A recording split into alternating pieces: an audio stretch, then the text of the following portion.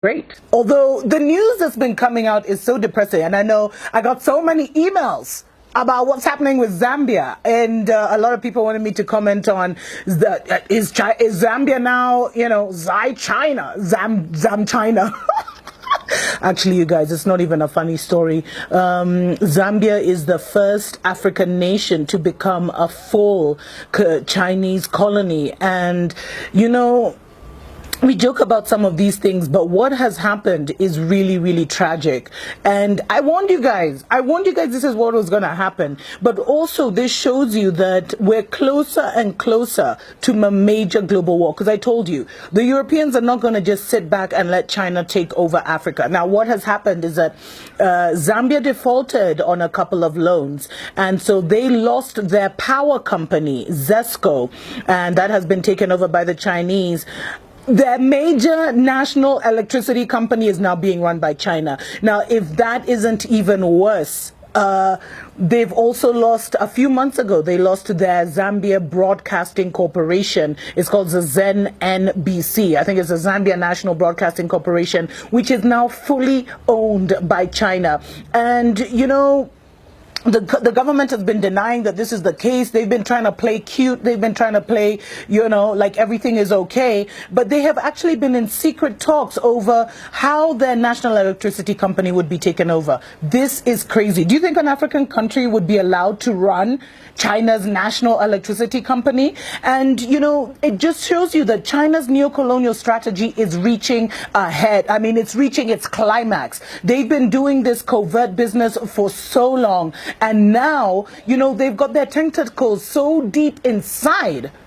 They've got their tentacles so deep inside that it's going to be hard for some countries to turn back. Now, what's happened is, their whole strategy is they encourage indebtedness. So, hey, they come with the money. They come with the money. They give you, they give you, they give you. Then they, once you default, they start to take over strategic assets because of failure of repayment. And you see, what China has done is they have studied countries that are corrupt. They have studied countries that, that are greedy, that have greedy leaders, which is most African nations. And that's why we find most African nations are in this situation. And then they kind of have this, their long-term outcome is the effective ownership of commanding heights of the economy. Remember, I did that thing on the Seven Mountains Prophecy, health, economy, etc., media, entertainment. So they come in, they give you a deal you can't refuse. They pour that money on you. They pour that money on you. They pour that money on you.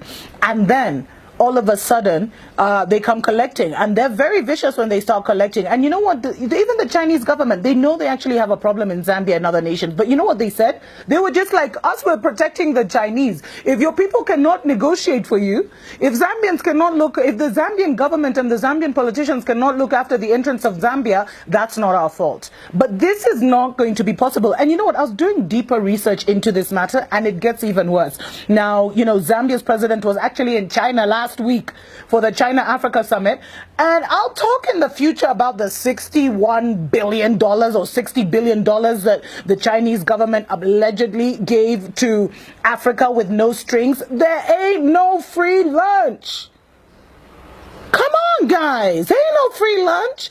And one of the biggest problems with all these deals that China has signed with African governments is we don't know what they've done. We don't know what they've signed away. We don't know the kind of agreements they've made, because all of them were done hush-hush and behind the scenes. So all we're being told in Africa and in China is, oh, China's giving Africa money. Oh, you're getting money. Oh, they're funding this. Oh, they're funding that. Oh, they're funding infrastructure projects. But we're not told, okay, the debt repayment is this percentage, and if you fail to pay this percentage, you're going to be in trouble. We're not told that. We're not told what concessions have been made.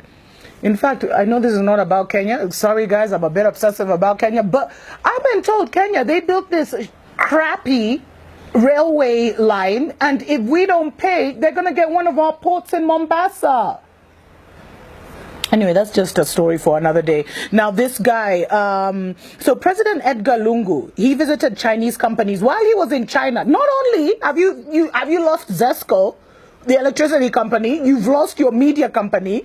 He actually had the nerve Some of these guys, man. He actually had the nerve to go visiting Chinese companies, and he received a grant of a further $30 million for the Lusaka East Multi-Facility Economic Zone Electrification Project, whatever that means. And so these guys can give you like high blood pressure, man. It's crazy. And so President Edgar Lungu, he came to power basically Zambia signed an $8 billion, when he came to power, Zambia signed an $8 billion Chinese loans in financing. Now, over $5 billion of this hasn't been added to the total. Now, that's what Zambia is claiming. They're claiming they haven't received $5 billion, or they haven't been able to account for $5 billion of the $8 billion. Although China says it was dispersed, it was released. And get this, the finance ministry doesn't even have the manpower to police and monitor and disburse the funds. And the financial penalties, because I told you, a lot of these deals are done in secret. We don't know. So the financial penalties of actually backing out of a Chinese deal are worse than the savings than just going through with the project till its completion.